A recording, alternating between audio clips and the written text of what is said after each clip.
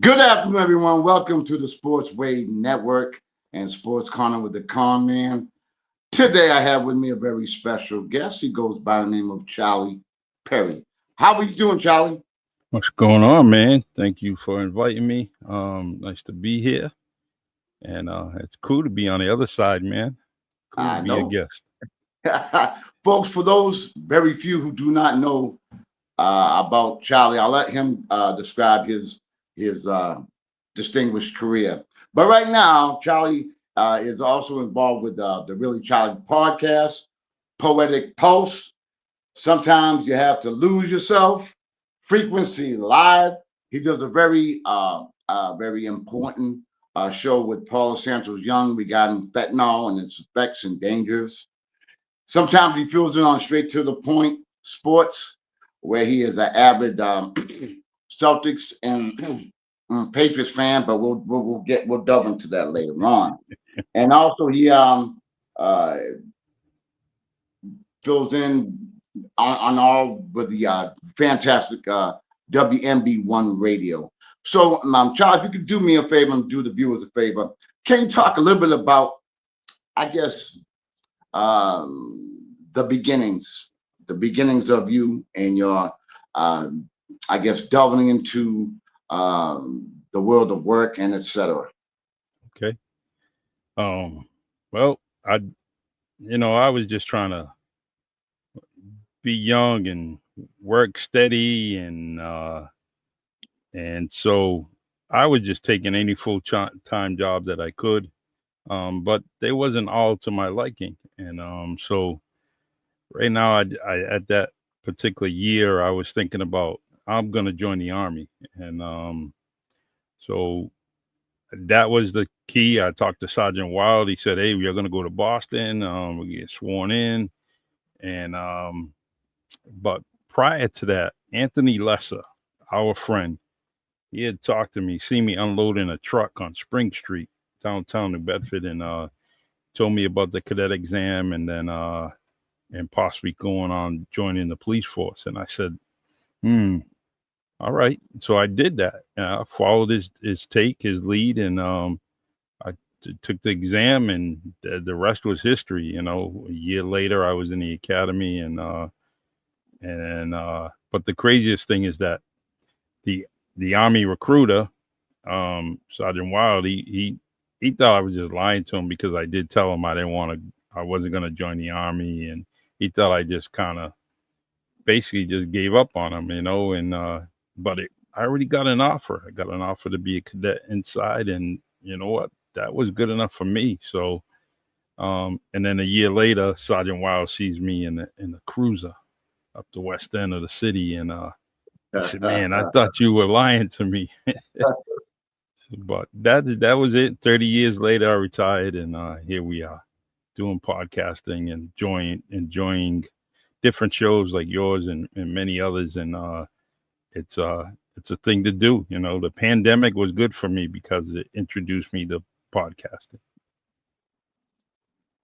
And something too, one thing you did leave out, you didn't mention the fact that you ran for mayor of New Bedford, Massachusetts.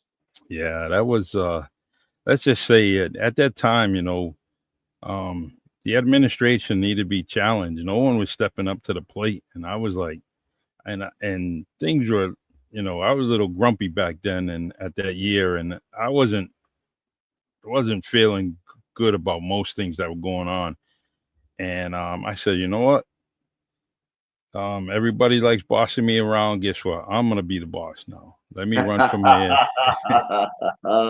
Let me run for mayor, and I did. And I gave him a run for his money in the primaries. And someone had told me on the other side said, "Hey, you made the mayor spend $100,000 to beat you." Well, Wow. that's an accomplishment in itself. And a first time runner, everyone was telling me, run for councilor, run for city councilor. There's one thing about city council in this city. It's it's a job. It's something that needs to be done. But I think it's the most. It's powerless, right? If you're a strong administration, you can stay strong and hold and with your grip, everything you're gonna do. And it's I just don't think they have enough bite to make concrete changes in the city, and that's just my opinion. And so that's why running for mayor was something I wanted to do. Now, don't get me wrong, running for city council is something. If you want to be a face for your ward, for your city, um, you know, then go ahead and do it. If you got a strong voice and you make things happen, go ahead and do it. And the thing is, the things that I needed to be changed, that I wanted to be changed, had to be in the big seat, in the corner office, in City Hall, where Mayor Mitchell's been for a long time. You got to give him credit. He's maintained that office. He's done what he's supposed to, good, bad, and ugly, and so he's maintained it.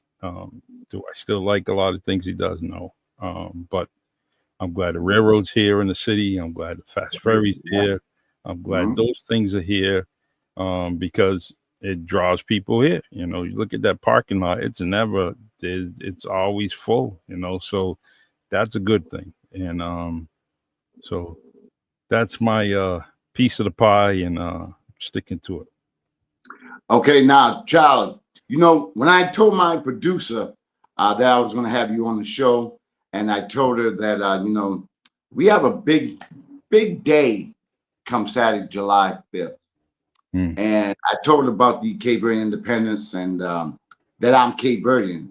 yep. And I don't know if they know what I was talking about, who I was talking about. And Hmm. the show was seen all over the country.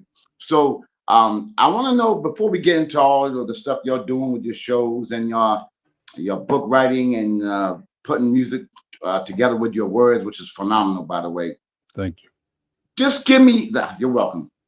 Just give me your take on what it means to you about how we're going to be celebrating Saturday, July 5th.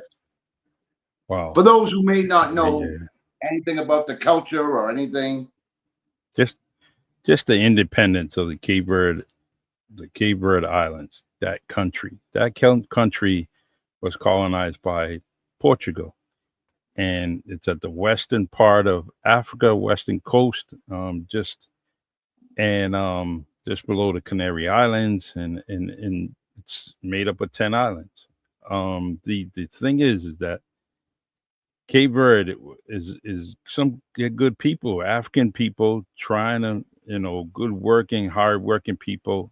And the one thing that they've done, they produce so much for this country. And so it's the 50th year of independence. yes, sir. Unbelievable. 50 years. Now you know, Mike, you and I, we watched and we seen different things. I like listening to some of the stories that Buddy Andre tells me and a few others, and they talk about um the uh the uh the struggle and the grassroots people in this area that were fighting to help Cape Verde get its independence. Mhm. And one thing they do say is that there's Americans played a huge part in that independence, but there's also countries in the mainland of Africa that were very huge. Senegal. There was just so many different countries that came together where Amelia Cabral and all those freedom fighters were involved, and their base was right there in Africa. And you know what? The Portuguese government just said that we had enough. There's just too many lives being lost, and the country wants its independence. Let's give it to them, because it looked like Portugal was gonna end up fighting not only Cape Verde, but they were gonna end up fighting a lot of other countries within Wow. the African continent. So, and Buddy likes to tell me stories about my dad being involved, and that's great to hear because they were walking uh, walking with some reluctance, from the Cape Verdean community, how they, you know, they they wasn't ready to be black and proud. They wasn't ready for that. There was a little resistance that the pride of being a Portuguese colony for some of the elders was what they wanted. There was some resistance, and then there was actually I one day everyone's got to talk about the divide that was within the city, with the African Americans in Cape Verde, and there's a split. There was a divide. Even prior to the independence, there was struggle for civil rights, and the civil rights, was being proud black men and women and getting together. And then there was also the independence where there was a reluctance. And I'll tell you this quick story. There was with the Black Panther Party coming into the city of New Bedford, there was a little reluctance to have Cape Verdeans involved in it, only because they there was a there was a perception that we were biracial community, and more of a Caucasian European descent, and so they didn't really was really kind of hesitant, even with the likes of Pocky Grace and Buffalo and all those guys, and Johnny Vieira and everyone, Johnny coming down, Dougie Miranda, all those guys. They were all Cape Verdean, so now there was a little reluctance, and then those guys were able to kind of stand up for us, and more there was people coming in.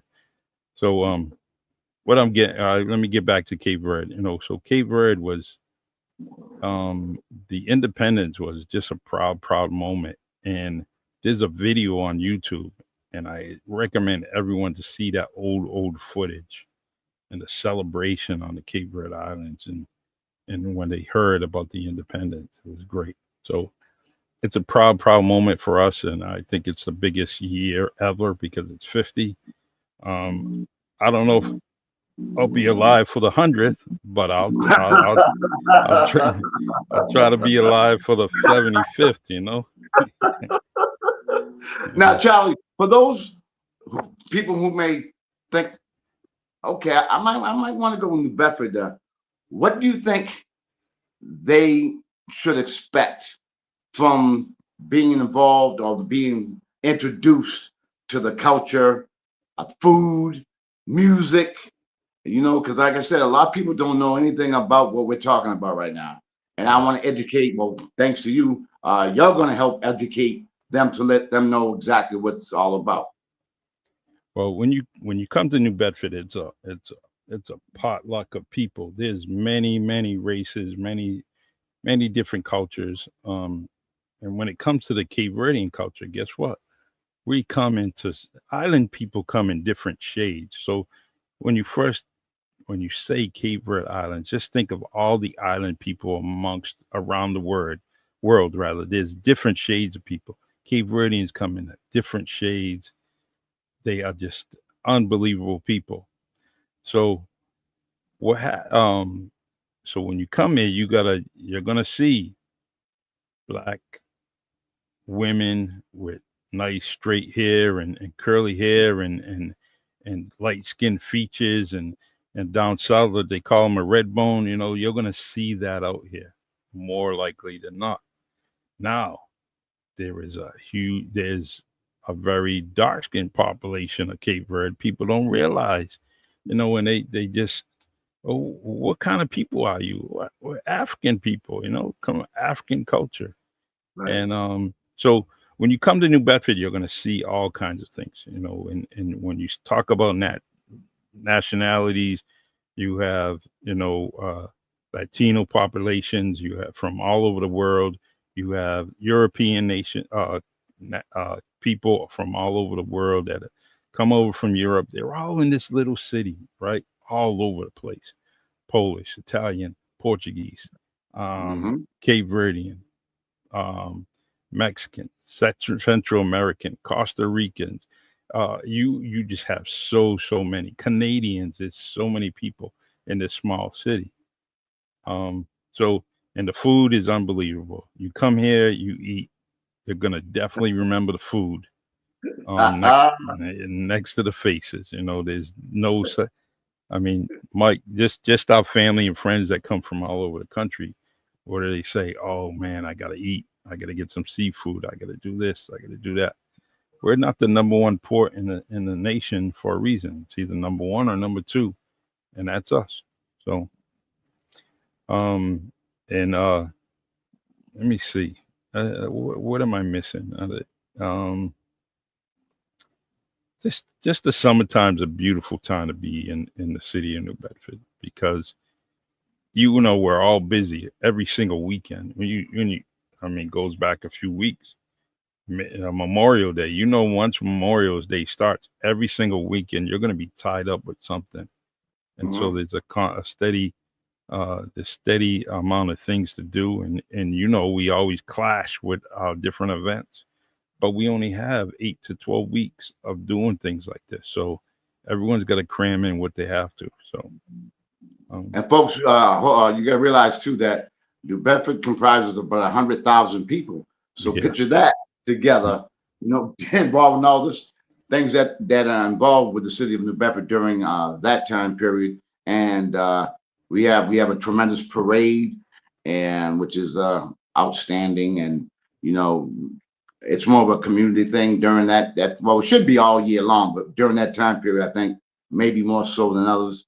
A lot of people look forward coming from all over the country to come down, come back home because they hmm know what it's all about, and it's just a beautiful thing, and it's just a great time.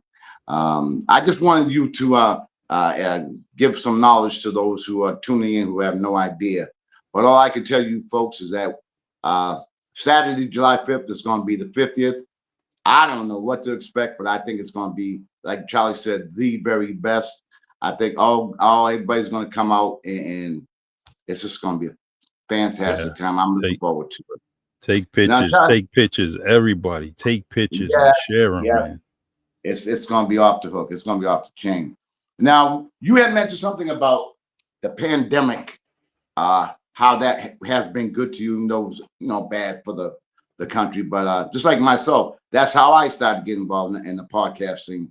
hmm I guess you could call it business. Yep. So uh, let the folks know a little bit about how you got started into the podcasting genre, and look what you've accomplished thus far.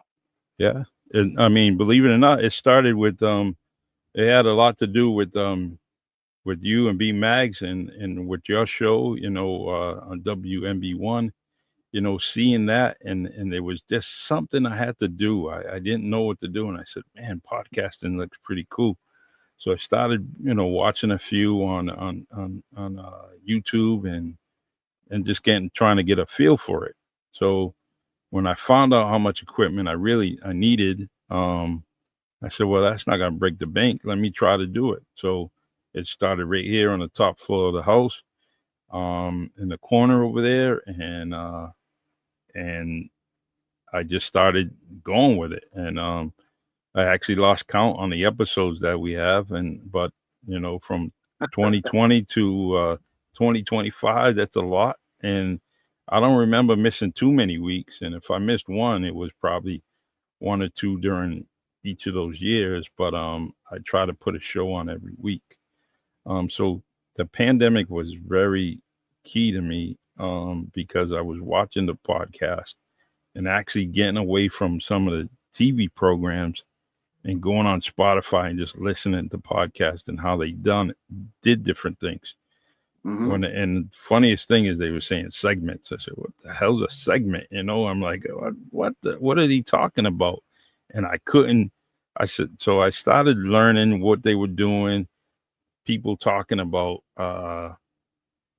getting sponsors and promotion. I said, well, try to do that, but I'm having fun just doing what I'm doing. Right. So, I mean, you and I done some shows together. I watched a ton of your beginning shows. Those are inspirational for me to get started. So, but podcasting is part of my life, and until the Lord takes me, I'm gonna keep on doing them. So, And another thing we didn't, I'm dismiss if I didn't bring it up.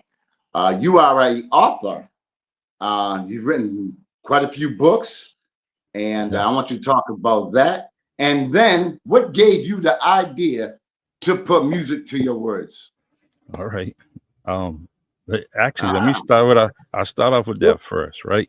I wanted to okay. put my poetry to music, and only because I was writing music, and you know what, to get local musicians and to do it for you, it was like pulling teeth. I was trying to Oh yeah. send something to different people, and they would say, "I'll check it out," and so it would wait. It's 1 month, 2 months. I said, ah. And then all of a sudden, Instagram and YouTube started throwing out different things. Put your music to AI. AI can create some music. So I was like, oh, wait, let me check this out. So I figured out how to write music. I was trying to get it in the right order, do everything right. Um, and I got it. So then I submitted it to AI right on my phone. And within 1 or 2 minutes, boom, my song is. I got a vocalist. I got somebody that sings better than Michael Consaccio. There ain't too many though, but go ahead. I, I got a few people that were that were giving me that Chops Turner voice, and I was like, all Oh, right. And so they were like, it was coming out nice, and I said, all right, cool. Um, and then I started sending it to my cousin Calvin Pina, the Hall of Fame great from Greater Voltech High School in Bedford. He's got a band down in Florida, so it's and so they do their thing, and he started liking it, and so that's what I do every day. I'm writing a song. I put it on Spotify, put it on SoundCloud, and let it go. And uh, just this past week, I had over 600 people playing my music, so I was pretty happy about that. Um, Charlie, could you do the viewers a little favor and maybe play some? Let me see. If Let's you see. could, I'm hitting you on the spot. I know, but Yeah, yeah, that's all right, man. We when you while you're keep doing that, I'm gonna everything, get over here. While got you're it. doing that, I'm gonna get over here. Let's try to find something here.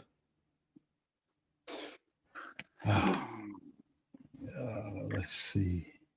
Something nice here. Uh, find something here.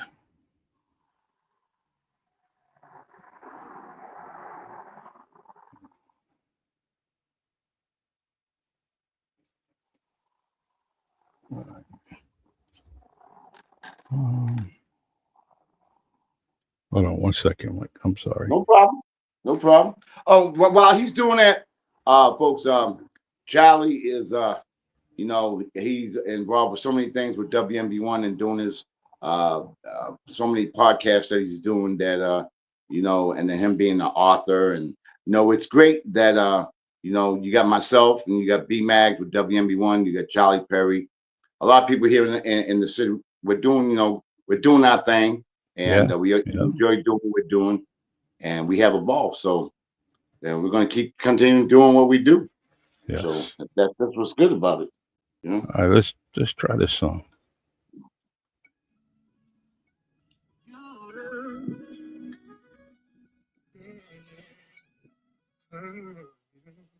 You can run away, but you can't hide. I know your hidden secret, because this man is your secret intimacy. Have the fire for your desire. I found you sunken down to your knees as you were left alone again. I heard your calls for a lover and friend, so I answered. Morning, noon, and but that's between you and me. All the things I do. I don't want you to get censored, but No, we don't know. We don't know. We don't need that. We don't all need right. that. But that's phenomenal. Yeah. You know, I wish we had more time. We're going to be here for an hour. I'm only an hour, so I'm trying to get as much as I can get in here. Mm, Let's talk about you know um, I something that's I know very near and dear to you, which is the show that you do with Paula Santos Young regarding the fentanyl, and hmm if you could just touch base on that because that is so important. And when I watch you guys do the show, man, it just brings out so much emotion in me, and that I think it's very important that if you could let the viewers know or that show and the importance of you guys doing it every week, a weekly show, and how much of an impact it's making on so many people. Yeah, it's the podcast started only because after hearing the tragic news of Phil and Paula losing their son Andrew due to fentanyl poisoning, um, he was doing so good in his foundation, Achieve Greatness 88.org, where he's mentoring kids all, in his area, and he was trying to get them involved in different things, but he was doing a great thing. And it's so sad that such a huge, huge loss um, was was done for by the criminal intent of fentanyl being laced in marijuana, and it was recreational use, and it was something he did to calm himself down, or just it was but somebody poisoned it. And the thing is that you never know what you're getting, from people, and because everything that's out there, whether it's prescription or recreational use, what you have to remember is that if you didn't get it from a dispensary, chances are it's going to be laced with fentanyl, and it can kill you instantly. It's the quickest death that I've ever seen, other than a bullet hole going through your head. It's there's just so many people dying. The numbers are crazy. They say it's going down, but it's just the number is just it's only if it's going down, it's only because people are getting educated about it and they're really being cautious about it. But you know what? And so the show is, we were doing it pretty consistently. I think we had almost 100 episodes almost, so we were doing pretty good. It's at a halt right now until I decide what's going to happen, with the show. But I still try to deliver the message, especially with some of the things like Texas Pictures documentaries, which they have firsthand uh, accounts from people that are parents all over the country that are going through this. And but there's a huge following. Paula has a great following with all the different people that are on her Facebook and different groups, and so they're all kind of support system, and they reach out to each other. They just make sure that you're doing good. I can't even imagine trying to be good any given day after losing someone like a son, a child, or a spouse. Right. Due to fentanyl, it's something that's very hard to deal with, and those people are just um, they're priceless because of what they're going through, and trying to maintain. So, but great, it's a great show, and once time gets back to uh, a less busier schedule, I'll probably do it again. But the only thing is, I try to tell my other half that I'm doing a show Monday, Tuesday, Wednesday, and Sunday. It gets a little difficult. So, yeah, Okay, but again, I watch. I think I watch almost every one of your. Well, at the yeah, beginning, I was watching you, you every week, weekly, he was and commenting like I every said, week. Yeah, yeah. So, but I felt that it was important, and because I became educated, and I'm sure a lot of people who tuned in became educated as well. I just felt that it was something important that I wanted you to bring out today on my show as well. Yeah. And I want to thank you for that. And you Thank and you. Paula as well. Now, here's one that is interesting. I know you guys get a kick out of this. Folks, amongst 8,000 other things that Charlie does, he's part of a show called Frequency Live. Can you talk about Frequency Live? These guys Oh. come on, they have a ball, but they talk about facts, and it's off. Matter of fact, Charlie, you do the honors. You let them know what it's about. Frequency Live. You know, it's it's everything that you see, and I mean we talk about politics, relationships, we talk about each other, you know, and it just goes on and on. And the one thing about it is that there's a mixture of following. We kind of have a great different following. When politics are announced, they come on and they comment, and it could get heated. You know, we had some discussions even this week. We were going at it, and so and then at the end of the show, you know, we do our little handshake group hug. Hey, you know, I'll see you next week. Can't wait. You know, well wishes, love you, and that's it. But Frequency Live on WNB1 Radio is just it's consistent. Berto Carter has maintained, you know, he had the Wind Down podcast, and he switched over to Frequency Live. But he's another consistent person that and you know his schedule. There's nothing easy about being a UPS worker. And his schedule, his hours, and then he still comes on and does the podcast. And in most cases creates the whole different subject matter that we do every week, you know. And Derek Demers and I, we add little bits and pieces and we talk about it. And then we have some guests come on. We had Tiny Tavaz, we had Brian Gomes on there, we and many others later on. I mean, let's see. I can't think of the guy's name, but one of the Patriots coaches was there, and they've done so many different things. Talking about Jimmy D. Yes. Thank you. And so he was on there, and that's what I like about Frequency Live is that we're gonna bring so many different guests, and maybe not someone that's so obvious, but we'll bring someone on and talk shop, you know, and but I'd like more people to call in so we can hear those voices behind the telephone calls instead of getting like I'll get text messages, Derek will get them, Berto will get it, right? It would be so nice if someone called in. And even if you have a bad hair day or you're in your pajamas, nobody can see you, right? Just get on the phone and talk shop, you know? And Which people who are tuning into this, I know they're gonna want to check out Frequency Live. How can they go about checking you guys out? Because it's very entertaining. I laugh. I mean, I get serious. You know, I argue by myself. No one answers me back. But you know, I check you guys out, and it's a very entertaining show. So those who are tuning in, how can they get a hold of your show? First, the website is great. WNB1. That's spell out the word one.com.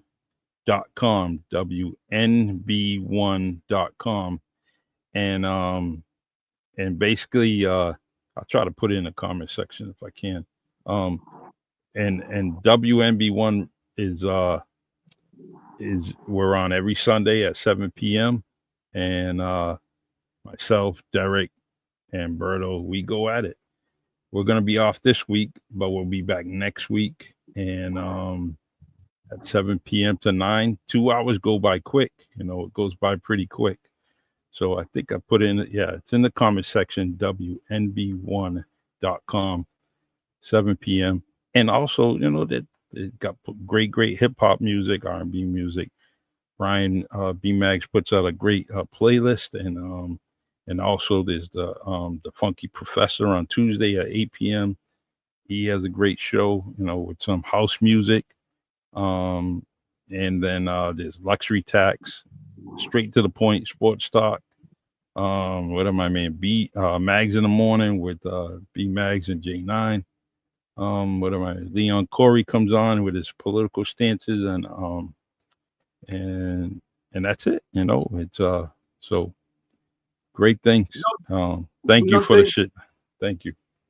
No problem. But Charlie, uh, for those again, people who don't know about Brian Magnet, B Mags, as we call him, as we Yep. affectionately call him, can you let the view know about WMB1 and your affiliation and B Mags Wow. with this conglomeration that he has or whatever? Can you describe to the people about that? B Mags and I, we've been family friends and for a very long time. It goes way back. Actually, Brian's got me hostage because he's got one of my first or second grade pitches. So if he wants to blast it out there, he can. Oh boy. His Okay. beautiful mom, may she rest in peace, Sharon. Yeah, she kept absolutely. everything.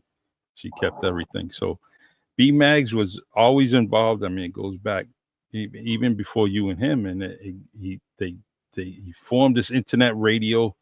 He took it from someone else, and then he produced it, made it WNB1 radio. Yes. And it's I always say you can't give Brian Magnets, and I gotta also say Margarita Graham, you can't give them 7 days. You give them 7 days, they're gonna come up with something new and good for the program or good for the community. And so they produced the internet radio, where it's at 262 Union Street in New Bedford. And they have all these different shows. They have the record wall. That you got to see that, Mike, firsthand. You got to go in there, watch someone live on the radio playing their music. Could you imagine somebody like Lori Gomes and they're singing front and center, Right, yeah. and she's live on the radio, or even her father, Kevin Gomes. Oh yeah, absolutely. Yep, and seeing them play at the record wall. So that's something they produced, and they become a great team. B Mags and Margarita, and they formed this.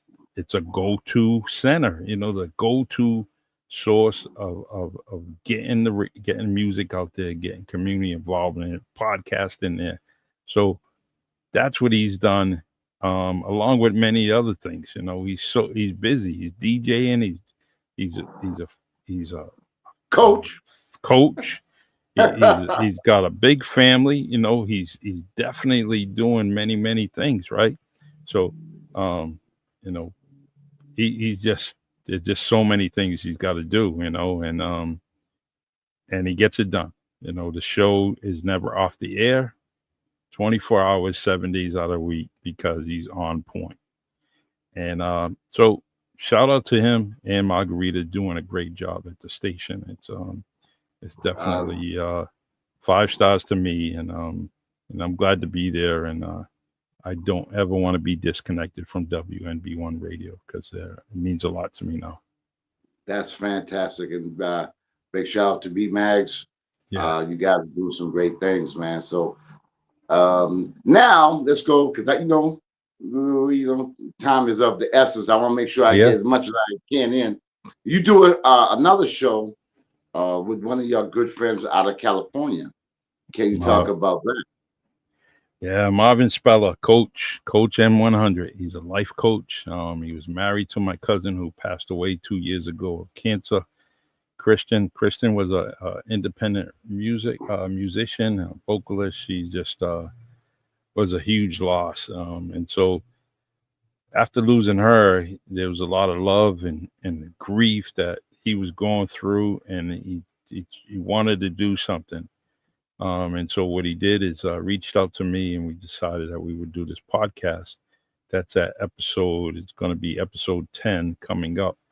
So the one thing about it, it inspired him to do something, right? He's been talking to widowers and widows all over the country. And so now what he did is he created a book. And so he's going to have probably an announcement next week. And it's an ebook, and it talks about dealing with love and grief, and No, and it Mhm. doesn't. It's just losing someone that's very dear to your heart. And so as the chapters go through, it talks about different things, and I can't wait. I cannot wait. So we got a great following. I think there's about 600 people that followed us in this last episode. Um, and and I like that. I really do.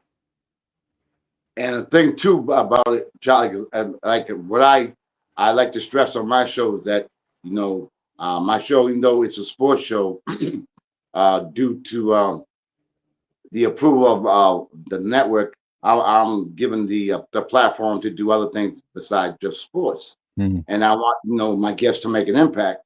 And you are, and what you're doing is the epitome of making an impact of what you're doing. I mean, obviously, we'll get into the sports thing in a little bit, but what you're doing is Yeah. so important Thank you. uh, for mankind, for the community, for the country, for people in general. I mean, you're hitting real touching, hard to.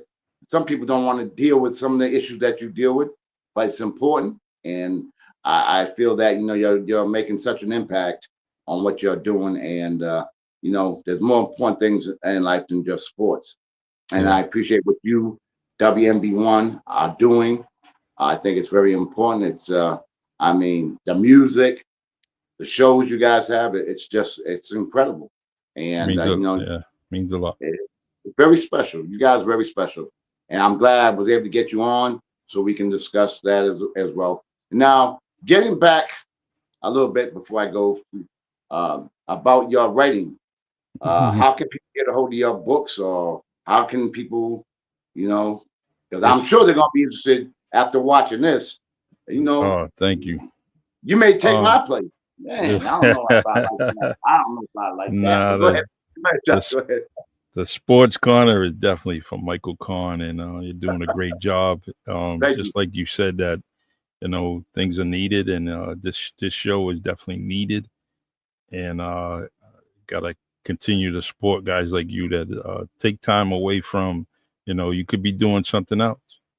So the my books are on Amazon.com. You just put in my name, Charles Perry Jr., and or put in a poetic pulse, and all the books will come out. There should be about 15. Um, and I have some on the shelf that are actually ready to be published. I just haven't got to it because of the summer's busy. So if I don't get to it right away in the morning, I'm not going to be able to do it. So, but yeah, all my books are on Amazon. And feel free to reach out to me on Facebook. At Charlie Perry, just as it's, and you'll see my podcast logo, and just click on that. And but I like it. I'm starting to do some reading out in public. Haven't been doing that, and so now I'm getting a little invites and trying to do that, which is good. And Berto Carter is always trying to get me to read on Frequency Live. I know, Um, right?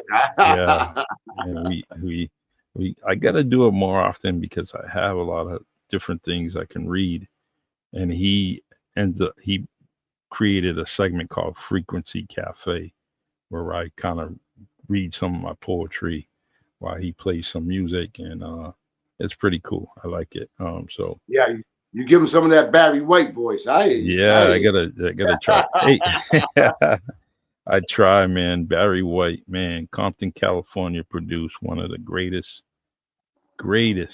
singers, love songs,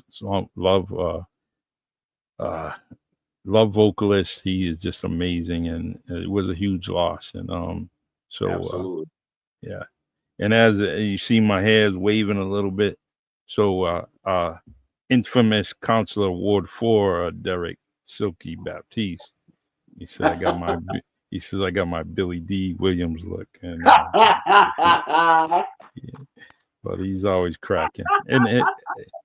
Hey, and that's another podcast. Yo, but listen, he does another podcast. So this area is definitely doing some. We're doing pretty good in this area when it comes to podcast, right? I think we definitely are. And One of the because you know what? Fall River greats, Mike Herron, doing his We thing. got to So mention him. We don't mention him, we in trouble. We got to the, mention hur- Mike Aaron. the The hurricane, the hurricane. Hurricane. That's it. Absolutely. He had me So, I mean, rolling. He had me rolling this week. he has me rolling every week. But Yeah. anyway, like I said, so people around here, I mean, you got options. We're kind of on different time frames. So, what I mean? I think it's a great thing that we do what we're doing. We enjoy doing what we're doing and we're having a Yeah. blast. And that's most important. Now, Charlie, is there anything that maybe I didn't ask you, or maybe like Mike, how come Mike didn't ask me? Or maybe Mike Um, should have asked me, or maybe I should have said this. Can you if there's anything that maybe we didn't go over that you might want to go over before we get to the sports, and then me yeah. and you might have to go at it. But before we get All into right. that, I'm trying to be friendly right now. But before we get into that, How about, all right, I just want to mention that comment, Mike Samayo, both you need to be on each other's podcast more often.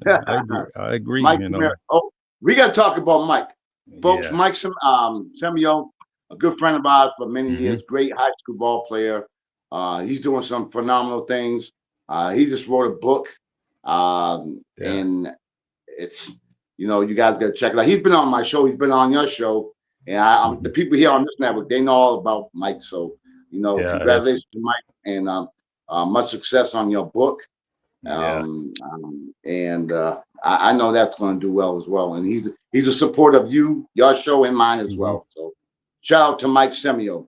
Anyway, That's it. 5 stars. He's five, absolutely. Yeah, definitely doing. So when it comes to sports, you know what? I like going back and forth with you. So I'm ready. This could, I'm we ready. we might have to preempt this show. We might have to preempt this show. We might have to Yeah. do something. All right, we're gonna go easy because you have way more knowledge than me about this. I think your Patriots are going to be doing a lot better this year. I think you're happy with the results thus far in the offseason and the Mhm. additions that they have made. Yeah, the defense is going to give them a shorter field, for that offense to march down and perhaps score some touchdowns compared to field goals like they were doing last year. It just I like Drake May, and I was a little iffy about him in the beginning, but I actually, when they threw him into the fire, I got a fondness of him, and I said, you know what, he's going to be okay. He's going to be okay. And now you have Josh McDaniels there, Coach Vrabel, unbelievable. I mean, he's the type of coach that players like to play for. They don't mind that. He's human. He's organic. He's gonna tell you, hey, you effed up, man. Or good play, or you need to stop doing it. He's just that good type of mentor. He's not gonna be your friend, so he draws the line right. He draws that line. You can't cross that line with him. So I think what's gonna happen is he's gonna be able to produce and get us to the playoffs. And if not next year, I don't know about this year. Buffalo is just too tough, man. Buffalo is just amazing. So we'll see. We'll see. We got a good running back in Henderson. Anything from Ohio State is usually good, so I'll take it. What do you think about your newly acquired wide receiver? Diggs. I mean, you gotta love you hate him when he's playing against you, and you love him. I'm gonna love him now. I definitely am. I think that he's a young man. He's gonna do what he does. And but I'll take all of that he has. He's not a Antonio Brown. But he's definitely gonna stir up a little things. But I also know that he's gonna produce. And the only reason he had, he had small numbers at Houston, but he was always scoring touchdowns. People don't realize that. Yep. And he was always, so his stats are low, but guess what? When on the touchdown range, he was equal to everybody on his team, and he was consistent until he got hurt. And that's where the downfall of Houston Texans came. Once he got hurt, there was a decline. We wasn't hooting and hollering about that team too much anymore. They were barely winning, or and always giving up the game at the end. It was And a you know what he different. did too as well is when he came on, he gave a little comp to Drake May to a former quarterback of his as well. Yep, yep. And I think he was accurate on that, and I just think that he's it's going to be good for me, and I'll take it. You know what? If I can watch the Patriots at 2-14, guess what? I can watch the Patriots. No, I think of Vrabel though with him, he's setting a certain culture, a standard of excellence. I think, even though I don't like to say, I think the Patriots have a lot to look forward to. I think, most teams they go in cycles. Well, I Hmm. think they're definitely on the upswing. Yeah. Now, Mr. Charlie Perry, you know where I'm going with this one. So I want to hear your views before you know how I go. Hmm. What is your opinion? I guess your feelings on the Boston Celtics. I think I'm kind of going along with the CEOs there, when the general manager. They had this team in place to win two championships, right? And when they fell short, they knew that, all right, that's it. It's time to go. People got to go, and they showed what they were going to do pretty quickly. They knew that if we wasn't going to win this championship, we have to get rid of people, especially when you just buy the team. You know what? You're not buying. You spend all that money, $6 billion, and then you're going to lose 500 million after the first year. You know what? Guess what? You can't do that. The guy's a smart businessman to purchase a team like that.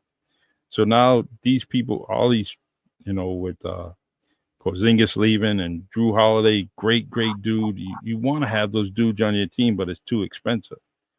I think they're doing the right thing by keeping Jalen Brown and Derek White, um, and then build around them. And I just look at the team that Orlando Magic had. Right, there was one superstar there, but guess what? The Celtics have did that coming up this year. They can be that Orlando Magic team. They can play with people and win and lose and then get into and probably the play in or just above it. They can do that this year. But the Celtics, I think what they're gonna do is just settle with whatever happens this year, wait for next year, and then go from there. Tatum is a dog, so he's from St. Louis, so I think he's gonna be ready, a little bit stronger and tougher. And if KD can do it, I know Jason Tatum can do it. Oh, without question. Plus he's young. Hmm. I mean, that's going to definitely be to his benefit. But getting back to what you were saying about the new ownership, a couple of things too that I was thinking about. A lot of people were mad about them getting rid of Porzingis and possibly Horford and all them. But you know what? Like you said, they just bought the team for $6 billion. They added another 500 in luxury taxes, and Hmm. they don't own the building.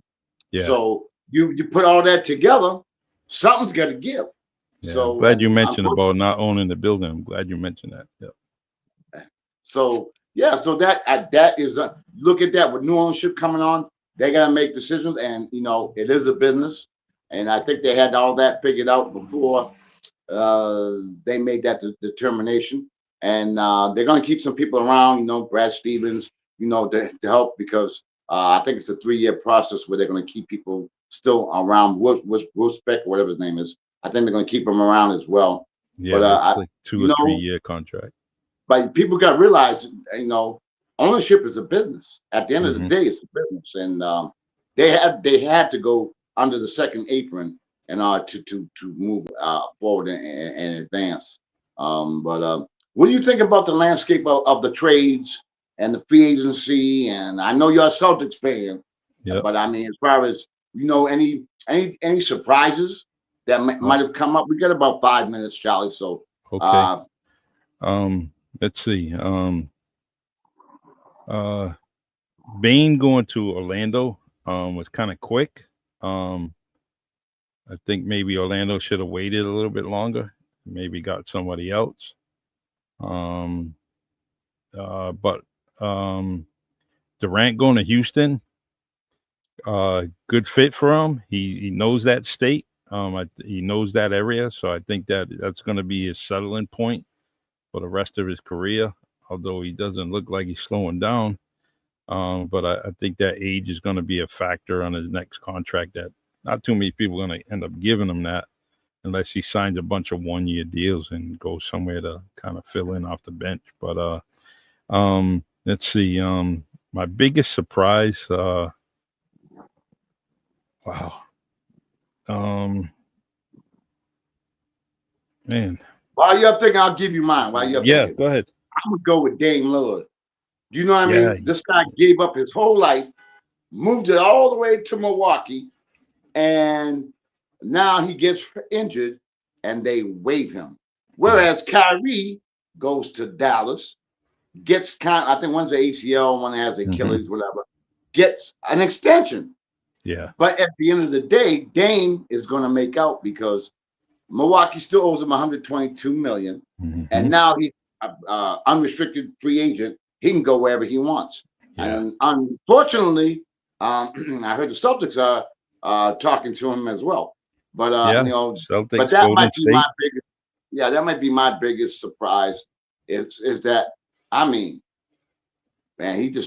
he gave up his whole world almost to go play with, and then they just but again, it's a business. So Yeah. I think that's my biggest takeaway as far as my biggest surprise. I didn't expect him to go that quick. That was just me. Yeah, just like we gave Milwaukee credit for getting a championship, we also got to give him some discredit for actually not. I can't discredit him because he's injured, so I get it. But I think that's going to hurt them with their negotiation with Giannis. I think Giannis He's already upset. Yeah. So that's going to hurt them, and but right now they were talking about it on one of the podcasts with oh my god. Well, anyways, they got a good team, but if they lose anybody, the Bucks are probably gonna. They were talking about how the Washington Capitals. So what is it? I almost said Bullets. they could beat the Bucks, So, but Absolutely. Dame Lillard is he's trying to get signed, and if he goes. He said he wants to. There was news today that he wanted to get signed so he can work out within an organization's training area, so he can be monitored and looked at. So that's good. And then they also talked about, hey, just sit out and wait until you get the the feel of the NBA and who's the contenders and jump on board. So but no, you and I we can talk sports for I know we got a lot of people tuning in. See, Charlie, man, hey, you know what I mean? Wow, this is getting crazy. But I like it. I love it. What is your take on, like, specifically from the middle of last year to the end of the year, when coaches were just getting fired left and right? Yeah. What's your take about coaches getting fired and also the hiring of Mike Brown with the Knicks? I know you're not a Knicks fan, but I'm just getting your general idea on things. Well, I'm a Mike Brown fan, and I like that. But I was with Coach T. I was also his fan. I was a fan of his. Yeah, that's right. Yeah, other than his rotations, I didn't like that too much. But Mike Brown, I'm a fan, and I definitely would probably be rooting for the Knicks when they're not playing the Celtics. Only because I want to see Mike Brown succeed. But what's going to happen is these coaches from now on are going to try to get guaranteed money, not for 1 year, but they're mainly going to get it for 2, maybe even 3 years. So if you let them go, guess what? They're going to still have the gravy train, and then you're going to still pay them like they said. Milwaukee Bucks is paying everybody. They're paying everybody. They're paying people for years to come, and you know what? And so even if they let Doc Rivers go, guess what? They're going to be paying him too. So, but I think it's what's going to happen is negotiations with these coaches. are gonna, especially the veterans coaches, are gonna be real strong when it comes to they want guaranteed money. And also, what's gonna happen is they may be going with the, you know, at some point they're gonna probably be going with some younger coaches from the college level, only because these veteran coaches are gonna start demanding those guarantees. Coaches of the year, GMs of the year, they're all getting fired. It, how's that happen, man? How's that happen? It's crazy. That's true. But one more thing before, because I know you're busy. I want to thank you for taking time out of your day and it's busy weekend ahead. So I do appreciate it. But one more, I want to get your feel on one thing that I bring up on the other shows that I do, and I want to get your take on it. What is your take about NIL and the transfer portal? Mm, Either sport, and you can pick, choose, whatever. I want yep. to get your take What on, what I on, like on your opinion on it. what I like about it is some people are finally getting some money that they never seen in their lifetime. Maybe me. I was a great player for CYO. Was I going to be a great high school player? No, I'd be on the bench most. But that's what my level was, right? Could you imagine some of these kids? Their level is the highest level they're ever going to reach is collegiately. So you know what? That might be their best opportunity to get millions of dollars. So now they're getting it. And I appreciate it because most of the time it was going to the NCAAs and all the universities. They were getting this money, and where it was going, I don't know, because tuition was raising all over the country. True, So where true. were they putting this? They wasn't putting it back in the community. So I'm glad that players are getting paid now. Um, I is it? I thought maybe it was gonna kind of keep some of these players in the collegiate level a little bit longer, where they were playing 3 or 4 years. But I think what it's gonna do is that once they get that money, they may take it and run and try to get some more money. Look at the kid from coached by Patino of St. John's, right? They said he was going to get $2.5 million if he stayed, but he ended up saying he was going to go to the draft. That was a Right. stop player that he sat down. Um, Uh-huh. and so he Yes. missed out on that money. He missed out on that money, and he didn't get drafted. So Imagine that, huh? uh, Imagine uh, that. I think they said something about today him getting invited to a summer league team, but I have to fact check that. I'm not sure if that happened. All right, now, Charlie, we talked about the players and how advantageous it is to the players because they're finally getting paid. I agree Yeah. with you 100%. Now, I'm going to go the opposite. And how does that affect coaching, your ability to recruit, and your ability to have, I guess, I'm not going to say loyalty, but some type of commitment when Mm. if I don't like the way you coaching me, I'm out. And I can Yeah, go right. yeah, So, yeah. you know what I mean? And I'm making more money than you in some Yeah. cases. It's not So, going to be a what's your steady take base. as far as that's why, the Sabins and they're all leaving because they don't want to deal with it. What's your Yeah, take on it? I love coaching. I really do. And Oh, so I I think forgot. We didn't that talk about your coaching. You coach for, yeah, well, we can go. That'll have to be yeah, another show, maybe. But yeah, go ahead. yeah, we'll do that. Yeah, it's definitely going to hurt a foundation for each team.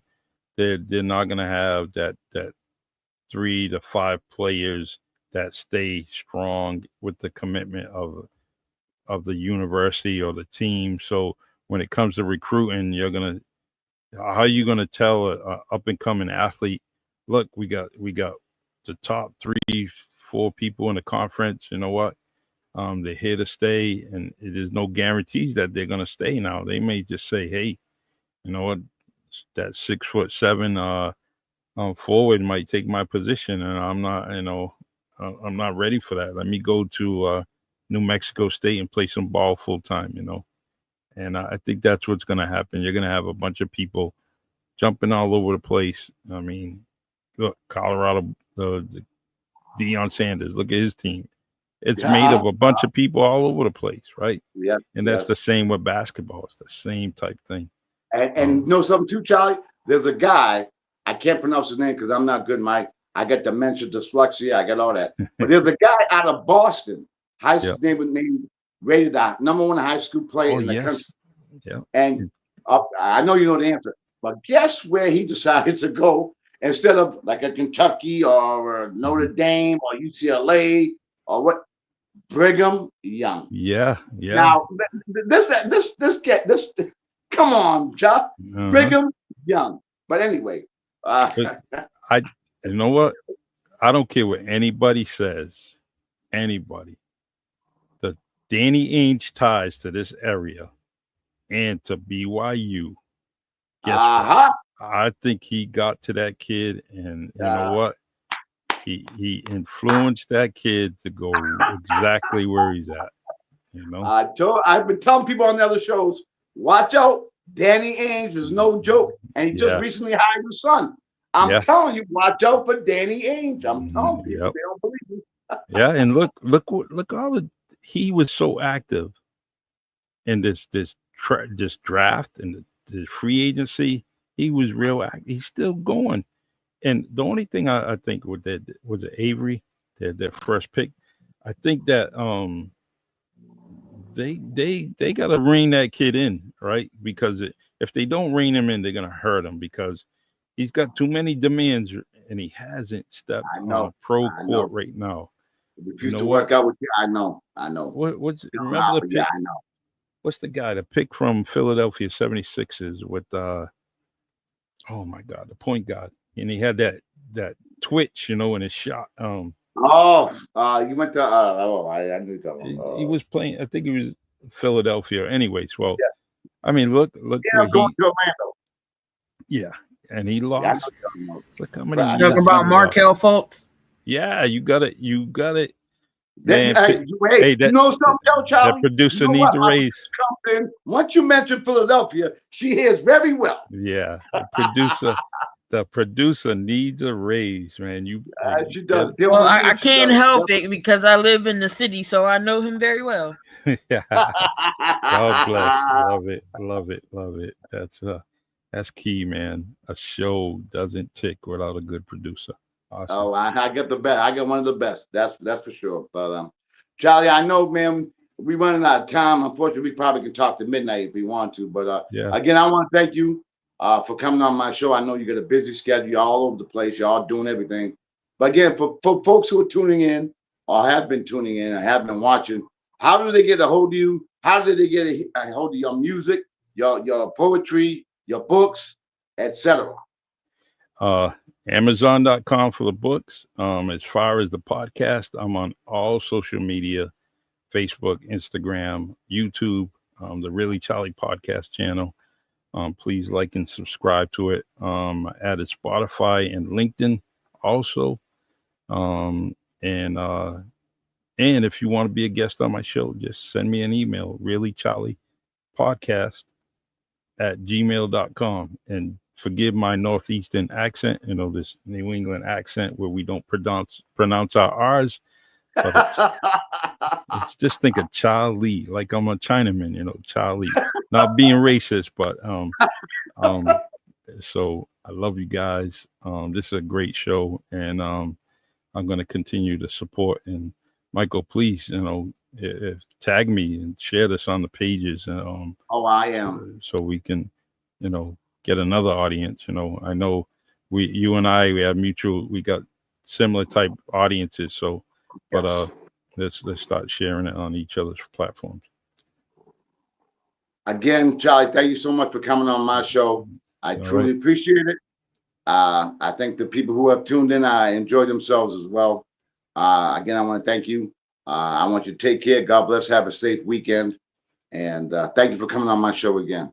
Thank you, everyone. Give the producer a high five when you see her. I love it. And I had a definitely great job. Great job. All right, man. I'll see you this weekend. You know it. And If you got a plastic cup in your hand, it's not going to I be might have Kool-Aid. a couple. I might have a couple, but we won't talk about that. It'll But be anyway, Kool- folks, I just want again. I have my man Charlie Perry on my show. This guy is phenomenal. He's doing phenomenal things in the community with all his shows. And you guys, please tune into WMB1 when you get an opportunity, because it's something you don't want to miss. They got so many shows, wide variety of shows, sports, interesting topics, very serious topics. And again, I want to thank him for coming on my show. We will be back on next Friday. I have a very special guest as well. Very entertaining, very comical guy. He's going to be coming on talking about his athletic exploits with the frenzy and playing professional basketball. And he's going to be very entertaining as well. So, yeah, folks, I want to thank you. that red-headed Cape Verdean. I want to thank you guys for tuning in to the Sports Wave Network and my show, Sports Corner with the Conn Man. Thank you. God bless. Have a safe weekend. Peace out. Again, Charlie, thank you so much. Thank you. All right. God bless.